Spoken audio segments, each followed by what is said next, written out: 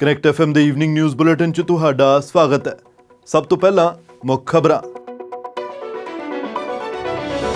BC 'ਚ ਕੋਵਿਡ-19 vaccinations ਦਾ ਅੰਕੜਾ ਪਹੁੰਚਿਆ 1 ਮਿਲੀਅਨ ਦੇ ਪਾਰ।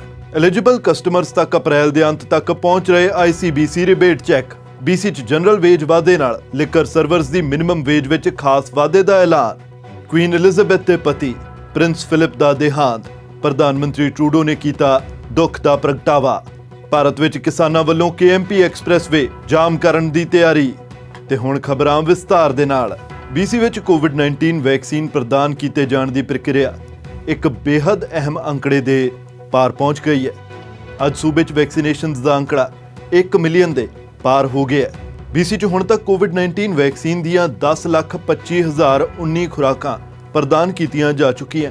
ਹੁਣ ਤੱਕ ਪ੍ਰਦਾਨ ਕੀਤੀਆਂ ਗਈਆਂ ਖੁਰਾਕਾਂ 'ਚ 87,606 ਲੋਕ ਅਜਿਹੇ ਹੈ ਜਿਨ੍ਹਾਂ ਨੂੰ ਵੈਕਸੀਨ ਦੀ ਦੂਜੀ ਖੁਰਾਕ ਵੀ ਪ੍ਰਦਾਨ ਕੀਤੀ ਜਾ ਚੁੱਕੀ ਹੈ। ਸ਼ੁੱਕਰਵਾਰ ਤੱਕ ਦੇ ਅੰਕੜਿਆਂ ਅਨੁਸਾਰ BC centre for disease control ਦਾ ਕਹਿਣਾ ਹੈ ਕਿ ਹੁਣ ਤੱਕ ਸੂਬੇ 'ਚ ਕੁੱਲ 12,42,102 ਵੈਕਸੀਨ ਖੁਰਾਕਾਂ ਦੀ ਵੰਡ ਹੋ ਚੁੱਕੀ ਹੈ। BC 'ਚ ਕੋਵਿਡ-19 ਦੇ 1262 ਮਾਮਲੇ ਰਿਪੋਰਟ ਹੋਏ ਹੈ। ਇਹ BC 'ਚ ਹੁਣ ਤੱਕ ਦਾ ਇੱਕੋ ਦਿਨ ਦਾ ਵਾਇਰਸ ਸੰਬੰਧੀ ਮਾਮਲਿਆਂ ਦਾ ਦੂਜਾ ਸਭ ਤੋਂ ਵੱਡਾ ਵਾਧਾ ਹੈ। ਦੁੱਖ ਦੀ ਗੱਲ ਸੀ ਕਿ 2 ਵਾਇਰਸ ਪੀੜਤਾਂ ਦੇ ਦਮ ਤੋੜਨ ਬਾਰੇ ਵੀ ਦੱਸਿਆ ਗਿਆ। ਹੁਣ BC 'ਚ ਕੋਵਿਡ-19 ਦੇ ਕੁੱਲ ਮਾਮਲਿਆਂ ਦੀ ਗਿਣਤੀ 1,09,540 ਤੱਕ ਪਹੁੰਚ ਗਈ ਹੈ। BC ਦੀ ਪ੍ਰੋਵਿੰਸ਼ੀਅਲ ਸਿਹਤ ਅਫਸਰ ਡਾਕਟਰ ਬੌਨੀ ਹੈਨਰੀ ਤੇ ਸਿਹਤ ਮੰਤਰੀ ਏਡਰੀਅਨ ਡਿਕਸ ਵੱਲੋਂ ਅੱਜ ਦੇ ਮਾਮਲਿਆਂ ਦੀ ਜਾਣਕਾਰੀ ਸਾਂਝੀ ਕੀਤੀ ਗਈ ਹੈ। ਸੂਬੇ 'ਚ ਵਾਇਰਸ ਸੰਬੰਧੀ ਮੌਤਾਂ ਦੀ ਗਿਣਤੀ 1495 ਹੋ ਚੁੱਕੀ ਹੈ। BC 'ਚ ਵਾਇਰਸ ਸੰਬੰਧੀ ਐਕਟਿਵ ਮਾਮਲੇ 9574 ਤੱਕ ਪਹੁੰਚ ਗਏ ਹੈ। ਕੁੱਲ 332 ਲੋਕ ਹਸਪਤਾਲ 'ਚ ਦਾਖਲ ਹੈ ਤੇ ਇਸ 'ਚ 102 ਨੂੰ ICU 'ਚ ਰੱਖਿਆ ਗਿਆ ਹੈ। ਸੂਬੇ 'ਚ ਵਾਇਰਸ ਵੇਰੀਐਂਟਸ ਦੇ ਮਾਮਲੇ 4111 ਤੱਕ ਪਹੁੰਚ ਗਏ ਹੈ। ਇਸ 'ਚ 105 ਮਾਮਲੇ ਐਕਟਿਵ ਦੱਸੇ ਗਏ ਹੈ। ICBC ਵੱਲੋਂ ਜਾਣਕਾਰੀ ਦਿੱਤੀ ਗਈ ਹੈ ਕਿ ਇਸ ਮਹੀਨੇ ਦੇ ਅੰਤ ਤੱਕ 2.86 ਮਿਲੀਅਨ ਕੋਵਿਡ-19 ਸੰਬੰਧੀ ਰਿਬੇਟ ਚੈੱਕ ਸਾਰੇ ਐਲੀਜੀਬਲ ਕਸਟਮਰਸ ਤੱਕ ਪਹੁੰਚਾ ਦਿੱਤੇ ਜਾਣਗੇ।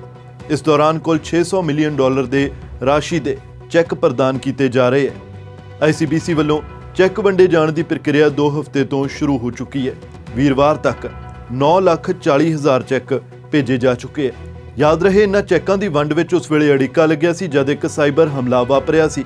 ਹਾਲਾਂਕਿ ਜਾਂਚ ਦੌਰਾਨ ਪਤਾ ਲੱਗਿਆ ਸੀ ਕਿ ਇਸ ਸਾਈਬਰ ਹਮਲੇ ਕਾਰਨ ਕਿਸੇ ICBC ਕਸਟਮਰ ਦੀ ਜਾਣਕਾਰੀ ਹਾਸਲ ਨਹੀਂ ਕੀਤੀ ਜਾ ਸਕੀ ਸੀ।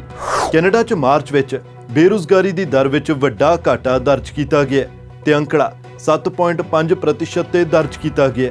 ਸਟੈਟਿਸਟਿਕਸ ਕੈਨੇਡਾ ਦਾ ਕਹਿਣਾ ਹੈ ਕਿ ਬੀਤੇ ਮਹੀਨੇ ਦੇਸ਼ ਵਿੱਚ 3 ਲੱਖ ਤੋਂ ਵਧੇਰੇ ਨੌਕਰੀਆਂ ਦਾ ਵਾਧਾ ਹੋਇਆ। ਫਰਵਰੀ 'ਚ ਬੇਰੁਜ਼ਗਾਰੀ ਦਰ 8.2% ਤੇ ਦਰਜ ਕੀਤੀ ਗਈ ਸੀ। BC ਵਿੱਚ ਮਾਰਚ ਮਹੀਨੇ ਦੌਰਾਨ ਬੇਰੁਜ਼ਗਾਰੀ ਦਰ 6.9% ਤੇ ਦਰਜ ਕੀਤੀ ਗਈ।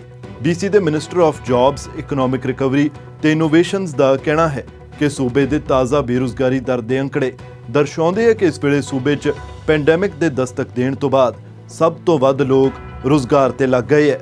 ਰਵੀ ਕਾਲੂ ਨੇ ਕਿਹਾ ਕਿ BC ਵਿੱਚ ਬੀਤੇ ਮਹੀਨੇ 35,000 ਨੌਕਰੀਆਂ ਦਾ ਇਜ਼ਾਫਾ ਹੋਇਆ। ਉਨ੍ਹਾਂ ਕਿਹਾ ਕਿ ਸੂਬੇ ਨੇ ਹੁਣ ਲਗਾਤਾਰ 11 ਮਹੀਨੇ ਤੱਕ ਨੌਕਰੀਆਂ 'ਚ ਵਾਧਾ ਹੁੰਦਾ ਵੇਖਿਆ। ਉਨ੍ਹਾਂ ਕਿਹਾ ਕਿ BC ਦਾ ਜੌਬ ਰਿਕਵਰੀ ਰੇਟ ਕੈਨੇਡਾ ਵਿੱਚ ਸਭ ਤੋਂ ਉੱਚਾ ਹੈ। ਹਾਲਾਂਕਿ ਉਨ੍ਹਾਂ ਕਿਹਾ ਕਿ ਹੌਸਪਿਟੈਲਿਟੀ, ਫਿਟਨੈਸ ਤੇ ਟੂਰਿਜ਼ਮ ਦੇ ਖੇਤਰ ਅਜੇ ਵੀ ਚੁਣੌਤੀ ਦਾ ਸਾਹਮਣਾ ਕਰ ਰਹੇ ਹਨ। ਕਾਲੂ ਨੇ ਮੰਨਿਆ ਕਿ ਹਾਲ ਵਿੱਚ BC 'ਚ ਲਾਗੂ ਕੀਤੀਆਂ ਗਈਆਂ ਸਰਕਟ ਬ੍ਰੇਕਰ ਪਾਬੰਦੀਆਂ ਨਾਲ ਅਗਲੇ ਮਹੀਨੇ ਦੀ ਰਿਪੋਰਟ ਵਿੱਚ ਸੂਬੇ ਦੇ ਬੇਰੁਜ਼ਗਾਰੀ ਦੇ ਅੰਕੜੇ ਕੁਝ ਨਿਰਾਸ਼ ਕਰਨ ਵਾਲੇ ਰਹਿ ਸਕਦੇ ਹੈ। BC ਸਰਕਾਰ ਦਾ ਕਹਿਣਾ ਹੈ ਕਿ ਸੂਬੇ ਦੇ ਸਭ ਤੋਂ ਘੱਟ ਵੇਜ ਤੇ ਕੰਮ ਕਰ ਰਹੇ ਵਰਕਰਾਂ ਲਿਕਰ ਸਰਵਰਸ ਨੂੰ ਵੇਜ ਵਿੱਚ ਵਾਧਾ ਪ੍ਰਦਾਨ ਕੀਤਾ ਜਾ ਰਿਹਾ ਹੈ। ਇਸ ਦੇ ਨਾਲ ਹੀ ਜੂਨ ਵਿੱਚ ਜਨਰਲ ਮਿਨੀਮਮ ਵੇਜ ਵਿੱਚ ਵੀ ਵਾਧਾ ਹੋਣ ਜਾ ਰਿਹਾ ਹੈ। ਲੇਬਰ ਮੰਤਰੀ ਹੈਰੀ ਬੈਂਸ ਦਾ ਕਹਿਣਾ ਹੈ ਕਿ ਲਿਕਰ ਸਰਵਰਸ ਦੀ ਮਿਨੀਮਮ ਵੇਜ ਨਾਲ ਵਿਤਕਰਾ ਹੋ ਰਿਹਾ ਸੀ ਤੇ ਇਸ ਵਿੱਚ 80% ਔਰਤਾਂ ਕੰਮ ਕਰਦੀ ਹੈ। ਉਹਨਾਂ ਦੱਸਿਆ ਕਿ ਲਿਕਰ ਸਰਵਰਸ ਦੀ ਮਿਨੀਮਮ ਵੇਜ 1 ਜੂਨ ਤੋਂ $13.95 ਤੋਂ ਵੱਧ ਕੇ $15.20 ਪ੍ਰਤੀ ਘੰਟਾ ਕੀਤੀ ਜਾ ਰਹੀ ਹੈ। ਇਸ ਤੋਂ ਇਲਾਵਾ ਜਨਰਲ ਮਿਨੀਮਮ ਵੇਜ ਵਿੱਚ 60 ਸੈਂਟ ਦਾ ਵਾਧਾ ਕੀਤਾ ਜਾ ਰਿਹਾ ਹੈ। ਹੁਣ ਮਿਨੀਮਮ ਵੇਜ $14.60 ਤੋਂ ਵੱਧ ਕੇ $15.20 ਹੋਣ ਜਾ ਰਹੀ ਹੈ। ਇਸ ਤੋਂ ਇਲਾਵਾ ਲਿਵ ਇਨ ਕੈਂਪ ਲੀਡਰਸ ਤੇ ਰੈਜ਼ੀਡੈਂਟ ਕੇਅਰ ਟੇਕਰਸ ਲਈ ਮਿਨੀਮਮ ਰੇਟਸ ਵਿੱਚ ਵਾਧਾ ਹੋਣ ਜਾ ਰਿਹਾ ਹੈ। ਸੂਬਾ ਸਰਕਾਰ ਦਾ ਕਹਿਣਾ ਹੈ ਕਿ ਅਗਲੇ ਸਾਲ ਤੋਂ ਵੇਜ ਵਿੱਚ ਵਾਧਾ ਇਨਫਲੇਸ਼ਨ ਦੇ ਰੇਟ ਅਨੁਸਾਰ ਕੀਤਾ ਜਾਏਗਾ। ਹੈਰੀ ਬੈਂਸ ਨੇ ਕਿਹਾ ਕਿ ਕੋਵਿਡ-19 ਪੈਂਡੈਮਿਕ ਦੌਰਾਨ ਕਈ ਘੱਟ ਇਨਕਮ ਵਾਲੇ ਲੋਕਾਂ ਨੇ ਅਹਿਮ ਭੂਮਿਕਾ ਨਿਭਾਈ ਹੈ। ਦੇਸ਼ ਦੀ ਚੀਫ ਪਬਲਿਕ ਹੈਲਥ ਅਫਸਰ ਡਾਕਟਰ ਥਰੀਸਾ ਟੈਮ ਦਾ ਕਹਿਣਾ ਹੈ ਕਿ ਵਾਇਰਸ ਦੇ ਵਧੇਰੇ ਸੰਕਰਮਿਤ ਹੋਣ ਵਾਲੇ ਵੇਰੀਐਂਟਸ ਤੇ ਦੇਸ਼ ਵਿੱਚ ਜਾਰੀ ਵੈਕਸੀਨੇਸ਼ਨ ਵਿਚਾਲੇ ਦੀ ਦੌੜ ਇੱਕ ਬੇहद ਨਾਜ਼ੁਕ ਮੋੜ ਤੇ ਪਹੁੰਚ ਗਈ ਹੈ। ਉਨ੍ਹਾਂ ਕਿਹਾ ਕਿ ਕੋਵਿਡ-19 ਦੇ ਨਵੇਂ ਵੇਰੀਐਂਟਸ ਦੇ ਫੈਲਾਅ ਦੇ ਵਿਚਾਲੇ ਦੇਸ਼ ਦੇ ਕੁਝ ਹਿੱਸਿਆਂ 'ਚ ਵਾਇਰਸ ਸੰਬੰਧੀ ਮਾਮਲੇ ਤੇਜ਼ੀ ਨਾਲ ਵਧਣ ਲੱਗੇ। ਉਨ੍ਹਾਂ ਦੱਸਿਆ ਕਿ ਬੀਤੇ ਇੱਕ ਹਫ਼ਤੇ ਦੌਰਾਨ ਕੈਨੇਡਾ 'ਚ ਪ੍ਰਤੀ ਦਿਨ ਦੀ ਕੋਵਿਡ-19 ਮਾਮਲਿਆਂ ਦੀ ਔਸਤ 6800 ਦੀ ਰਹੀ ਹੈ। ਇਸੇ ਔਸਤ ਅਨੁਸਾਰ ਪ੍ਰਤੀ ਦਿਨ 30 ਮੌਤਾਂ ਰਿਪੋਰਟ ਹੁੰਦੀਆਂ ਰਹੀਆਂ। ਡਾਕਟਰ ਟੈਮ ਨੇ ਕਿਹਾ ਕਿ ਔਸਤ ਅਨੁਸਾਰ ਬੀਤੇ ਹਫ਼ਤੇ ਹਸਪਤਾਲ 'ਚ 2500 ਕੋਵਿਡ-19 ਮਰੀਜ਼ਾਂ ਦੇ ਦਾਖਲੇ ਹੋਏ, ਜੋ ਕਿ 7% ਦਾ ਵਾਧਾ ਦਰਸਾਉਂਦੇ ਹੈ। ਡਾਕਟਰ ਟੈਮ ਨੇ ਕਿਹਾ ਕਿ 860 ਵਾਇਰਸ ਪੀੜਤ ICU 'ਚ ਸਨ, ਜੋ ਕਿ ਬੀਤੇ ਹਫ਼ਤੇ ਦੇ ਮੁਕਾਬਲੇ 23% ਦਾ ਵਾਧਾ ਹੈ। ਉਨ੍ਹਾਂ ਦੱਸਿਆ ਕਿ ਬੀਤੇ ਇੱਕ ਹਫ਼ਤੇ ਵਿੱਚ ਵਾਇਰਸ ਦੇ ਵੇਰੀਐਂਟਸ ਦੇ ਮਾਮਲੇ ਦੁੱਗਣੇ ਹੋ ਗਏ ਹੈ। Increasing predominance of variants of concern is the major contributing factor to these worrying trends, resulting in accelerated spread and more severe illness, including among younger and previously healthy adults. Over the past week, the number of new variant cases has more than doubled. Britain the Queen Elizabeth ਦੇ ਪਤੀ Prince Philip ਦਾ ਦੇਹਾਂਤ ਹੋ ਗਿਆ। ਉਹ 99 ਸਾਲ ਦੇ ਸਨ। ਉਹਨਾਂ ਨੂੰ ਇਸ ਸਾਲ ਦੇ ਸ਼ੁਰੂ ਵਿੱਚ ਤਕਰੀਬਨ 1 ਮਹੀਨੇ ਲਈ ਹਸਪਤਾਲ 'ਚ ਦਾਖਲ ਕਰਵਾਇਆ ਗਿਆ ਸੀ ਤੇ ਉਹਨਾਂ ਨੂੰ 16 ਮਾਰਚ ਨੂੰ ਛੁੱਟੀ ਮਿਲੀ ਸੀ। ਪ੍ਰਿੰਸ ਫਿਲਿਪ ਨੇ 1947 ਵਿੱਚ ਕੁਈਨ ਐਲਿਜ਼ਾਬੈਥ ਨਾਲ ਵਿਆਹ ਕਰਵਾਇਆ ਸੀ। ਉਹਨਾਂ ਸਾਲ 2017 ਵਿੱਚ ਜਨਤਕ ਜੀਵਨ ਤੋਂ ਸੰਨਿਆਸ ਲੈ ਲਿਆ ਸੀ। ਪ੍ਰਧਾਨ ਮੰਤਰੀ ਜਸਟਿਨ ਟਰੂਡੋ ਨੇ ਇਸ ਮੌਕੇ ਸ਼ਾਹੀ ਪਰਿਵਾਰ ਲਈ ਸੋਗ ਦਾ ਪ੍ਰਗਟਾਵਾ ਕੀਤਾ ਤੇ ਪ੍ਰਿੰਸ ਫਿਲਿਪ ਨੂੰ ਯਾਦ ਕੀਤਾ। The first times I met him, I was just a kid here in Ottawa many years ago. But obviously, over the past few years, I've had the opportunity to have a few more conversations with him. And it is a tremendous personal as well as public sorrow that we all share at his passing.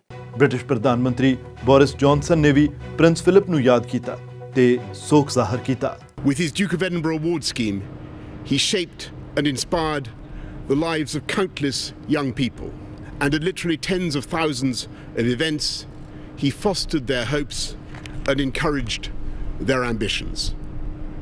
We remember the Duke for all of this, and above all, for his steadfast support for Her Majesty the Queen. ਜ਼ਿਲ੍ਹਾ ਸੰਗਰੂਰ ਦੇ ਮਸਤੂਆਣਾ ਸਾਹਿਬ ਤੋਂ ਨੌਜਵਾਨਾਂ ਦੇ ਕਾਫਲੇ ਨਾਲ ਲੱਖਾ ਸਧਾਣਾ ਵੀ ਦਿੱਲੀ ਲਈ ਰਵਾਨਾ ਹੋ ਗਿਆ। ਲੱਖਾ ਪੱਗ ਬੰਨ੍ਹ ਕੇ ਕਾਫਲੇ 'ਚ ਸ਼ਾਮਲ ਹੋਇਆ। 10 ਅਪ੍ਰੈਲ ਨੂੰ ਦਿੱਲੀ ਦੇ KMP ਰੋਡ ਨੂੰ ਬੰਦ ਕਰਨ ਦੀ ਕਿਸਾਨਾਂ ਵੱਲੋਂ ਕਾਲ ਦਿੱਤੀ ਗਈ ਹੈ। ਲੱਖੇ ਨੇ ਸੋਸ਼ਲ ਮੀਡੀਆ ਤੇ ਲਾਈਵ ਹੋ ਕੇ ਵੱਧ ਤੋਂ ਵੱਧ ਲੋਕਾਂ ਨੂੰ ਕੱਲ੍ਹ ਇਕੱਠੇ ਹੋਣ ਦੀ ਅਪੀਲ ਵੀ ਕੀਤੀ। ਕੁੰਡਲੀ ਬਾਰਡਰ ਤੇ ਅੰਦੋਲਨ ਕਰ ਰਹੇ ਕਿਸਾਨਾਂ ਨੇ ਹੁਣ ਸਰਕਾਰ ਤੇ ਦਬਾਅ ਬਣਾਉਣ ਲਈ KMP ਐਕਸਪ੍ਰੈਸਵੇ ਨੂੰ ਜਾਮ ਕਰਨ ਦੀ ਰਣਨੀਤੀ ਬਣਾਈ ਹੈ। 10 ਅਪ੍ਰੈਲ ਨੂੰ 24 ਘੰਟਿਆਂ ਲਈ ਜਾਮ ਰਹੇਗਾ ਤੇ ਵੱਧ ਤੋਂ ਵੱਧ ਕਿਸਾਨਾਂ ਨੂੰ ਇਸ ਮੌਕੇ ਪਹੁੰਚਣ ਦੀ ਕਾਲ ਕੀਤੀ ਗਈ ਹੈ।